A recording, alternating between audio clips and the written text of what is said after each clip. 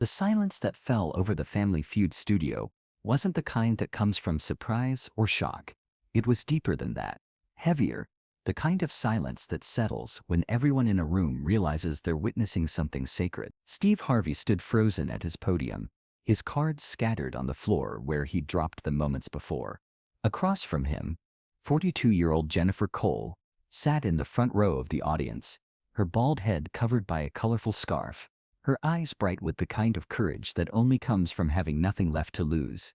"This is my last Family Feud," she had said, her voice clear and steady despite the weight of those words. "My last everything, really." 5 simple words that changed everyone in that studio forever. Because when someone tells you they're dying, when they share that truth with the kind of calm acceptance that Jennifer had just shown, everything else becomes background noise. The game, the prizes, the cameras, all of it faded away until there was only this moment, this woman, and the profound grace she was showing in the face of the unthinkable. Let me take you back to how we arrived at this moment. How what started as a routine Tuesday afternoon taping became a masterclass in dignity, courage, and what it really means to live fully in whatever time you have left.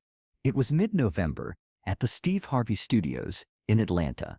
The morning had been crisp and clear, with that particular quality of autumn light that makes everything look like it's been touched with gold. The energy in the studio was typical for a Family Feud taping: 2 competitive families, an enthusiastic audience, and Steve Harvey, ready to bring his signature blend of humor and heart to America's living rooms. The Cole family from Richmond, Virginia, had made the 8-hour drive to be there. Jennifer Cole sat in the front row, flanked by her 3 children: 16-year-old Marcus, 14-year-old Sarah, and 12-year-old David. Beside them sat Jennifer's sister Lisa and her husband Mike, who had driven down from Maryland to be part of what everyone hoped would be a celebration.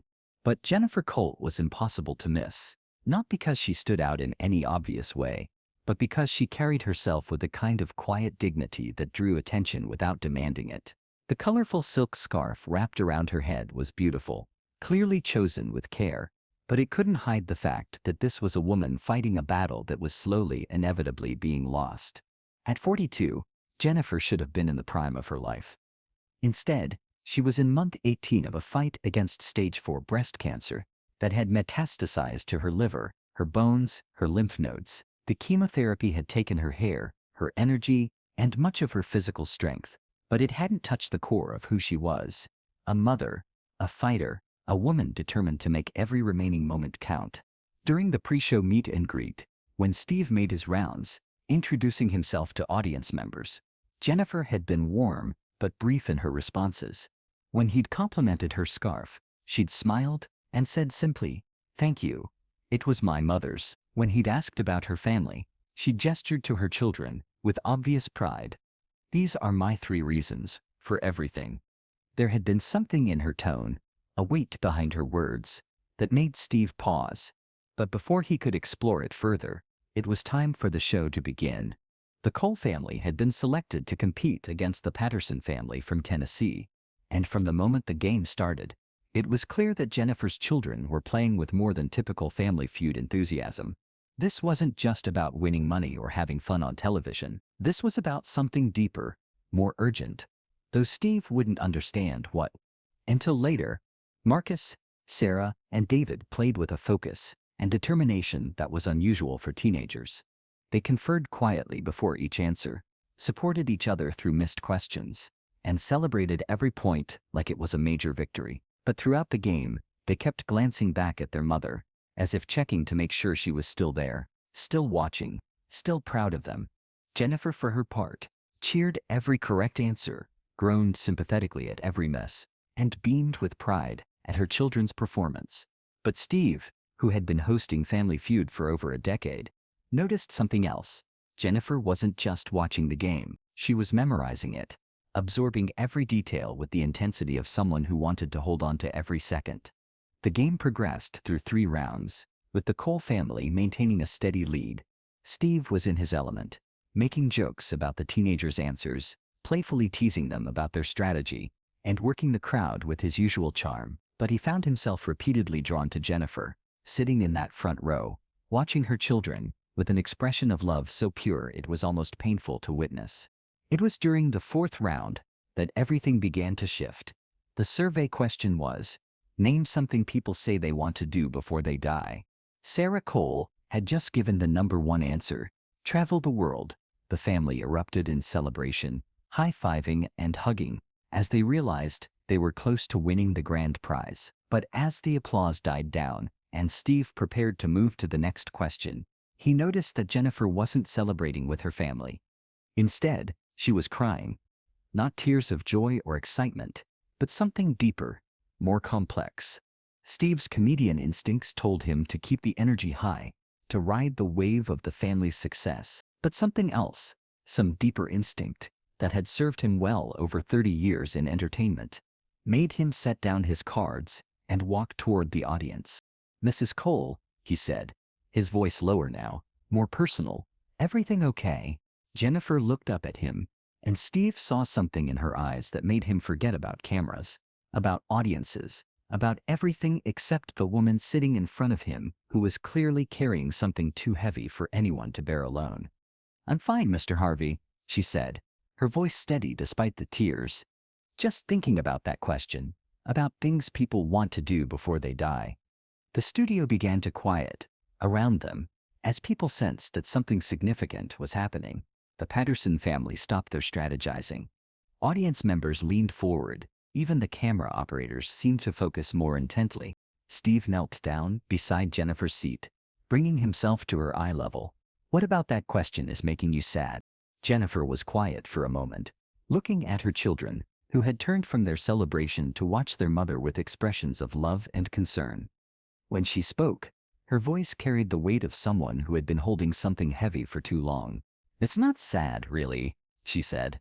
It's just that most people have their whole lives to make those lists, to dream about someday. But when someday becomes never, you realize that the things you thought you wanted to do aren't really what mattered after all. Steve felt something shift in his chest. A recognition that this conversation was about more than Family Feud, more than entertainment, more than anything he'd ever dealt with on television before. What do you mean by that? He asked gently. Jennifer smiled then, and it was the kind of smile that comes from having looked death in the face and found a way to make peace with it. I mean that I spent so many years planning for tomorrow that I almost forgot to live today. Spent so much time working and worrying and trying to provide for my children that I forgot to just be with them. She gestured to Marcus, Sarah, and David, who were now standing quietly at their podium, no longer thinking about the game. These three beautiful souls, they're everything to me. And this, she looked around the studio, at the lights and cameras and audience. This is perfect. This is exactly where I want to be, watching them shine, seeing them happy, being present for one more moment of their joy. Steve's throat tightened. Mrs. Cole, are you telling me? I'm telling you that this is my last Family Feud, Jennifer said simply. My last everything, really. The cancer has spread everywhere it can go. The doctors say maybe a month, maybe 6 weeks, if I'm lucky. The words hung in the air like a physical presence. Around the studio, people began to understand what they were witnessing. This wasn't just a game show moment. This was a woman facing the end of her life with grace, dignity, and a profound understanding of what actually mattered. Steve Harvey, who had hosted thousands of hours of television, who had faced every possible situation a game show could present, found himself in completely uncharted territory. But what happened next revealed why Steve Harvey isn't just an entertainer. He's a human being who understands that some moments transcend everything else. Steve stood up slowly and turned to address the entire studio. His voice, when he spoke, carried an authority that silenced every conversation, every whisper, every sound, except the hum of the stage lights. Ladies and gentlemen, he said, I need everyone to understand something. Mrs. Jennifer Cole just shared with us that she's fighting a battle that she's going to lose. And she's here, in this studio, spending what might be one of her last good days, watching her children play a game show. He turned back to Jennifer, his eyes bright with unshed tears. Jennifer, that's not just brave. That's beautiful. That's what love looks like when it's distilled down to its purest form. Jennifer smiled up at him, her own tears flowing freely now. They wanted to be here so badly, Mr. Harvey. They said it was their dream to be on Family Feud. How could I deny them that? How could I let my situation steal their joy? Steve looked at Marcus, Sarah, and David, 3 teenagers who were trying to process their mother's public revelation while still maintaining their composure on national television. The weight they were carrying, the maturity they were showing, the love they were demonstrating for their dying mother was almost too much to witness. Kids, Steve said, addressing them directly. You want to tell me how you're feeling right now? Marcus, the oldest, stepped forward slightly. We're feeling grateful, Mr. Harvey. Grateful that our mom is here with us. Grateful that she's still fighting. Grateful that we get to be here together. Sarah nodded, wiping her eyes. Mom always says that it's not about how much time you have. It's about what you do with the time you get. David, the youngest, looked directly at his mother.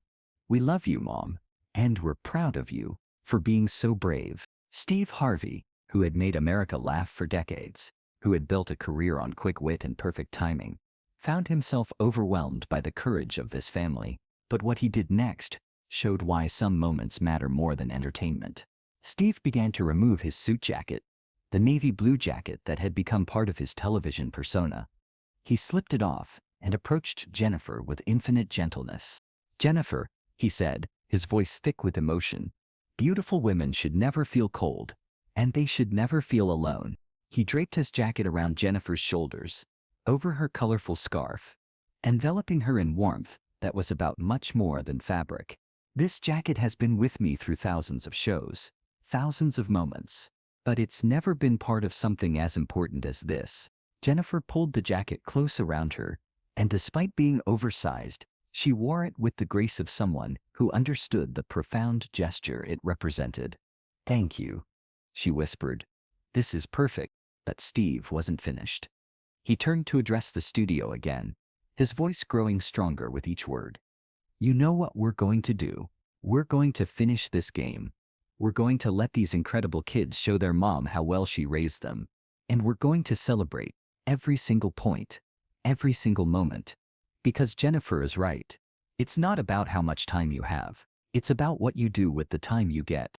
The game resumed, but it was unlike any Family Feud episode ever recorded. Every correct answer was met with thunderous applause. Every point was celebrated like a major victory. And Jennifer, wrapped in Steve's jacket, cheered louder than anyone, her pride in her children shining like a beacon. When the Cole family won the final round and the $20,000 grand prize, the celebration was bittersweet. They had achieved their goal, but everyone in the studio understood that the real victory was the love they had shown each other, the grace they had displayed in the face of unimaginable circumstances. As the confetti fell and the theme music played, Steve walked over to Jennifer one more time. He knelt beside her chair and spoke quietly, intimately, in a moment that the cameras captured, but the microphones didn't pick up. Whatever he said made Jennifer smile, then laugh, then cry tears of pure joy. Later, her children would reveal that Steve had told her she was the most beautiful, strongest, and most inspiring woman he had ever met on his show. The episode aired 2 months later, but it was unlike anything Family Feud had ever broadcast. The network kept the raw footage largely intact, showing the full emotional weight of Jennifer's revelation and the response it generated. It became the highest-rated episode in the show's history, not because of drama or spectacle, but because viewers recognized something profound in Jennifer's courage and Steve's compassion. Jennifer Cole passed away 6 weeks after the taping, peacefully, surrounded by her family. She was wearing Steve's jacket at her funeral, which Steve attended along with hundreds of people whose lives Jennifer had touched. Her children spoke about the woman who had taught them that strength isn't about never falling down. It's about how gracefully you handle yourself when you can't get back up. Steve spoke at the service, his voice steady but emotional. Jennifer taught us that dying isn't the opposite of living. Giving up is the opposite of living, and Jennifer never gave up. Not on her children, not on love, not on finding joy, even in the darkest moments. The jacket that Jennifer wore during her final weeks was buried with her, but its impact lived on. Steve established the Jennifer Cole Foundation dedicated to supporting families dealing with terminal illness, ensuring that financial stress doesn't prevent parents from spending their final days focused on what matters most, love. Every year on the anniversary of Jennifer's episode, Steve takes a moment during his show to remember her story. He talks about courage, about grace under pressure, about the importance of being present for the people we love, and he reminds his audience that every day is a gift. Every moment with family is precious. Every opportunity to show love should be seized. Jennifer's children, now adults, continue to honor their mother's memory by living fully, loving freely, and treating each day as the gift she taught them. It was Marcus became a teacher, inspired by his mother's belief in the power of education. Sarah became a nurse, dedicating her life to caring for others the way her mother cared for everyone around her. David became a counselor, helping families navigate the kind of challenges his own family faced with such grace. And Steve Harvey, he learned something that day that changed how he approaches every show, every interaction, every moment he spends in the public eye. He learned that true beauty has nothing to do with appearance and everything to do with how you face adversity. That real strength isn't about never being afraid. It's about finding joy, even when you're terrified, and that the most powerful television happens when you stop pretending and start being real. Jennifer Cole's final game became more than just a television moment. It became a reminder that love is what gives life meaning, that courage can be quiet and still be profound, and that sometimes the most beautiful moments happen when we're brave enough to be vulnerable in front of the world. Because sometimes a dying woman's grace can teach an entire studio about what it means to truly live. Sometimes a game show host's jacket can provide more than warmth. And sometimes the most powerful victories happen not when we win, but when we choose to keep playing even when we know the game is almost over.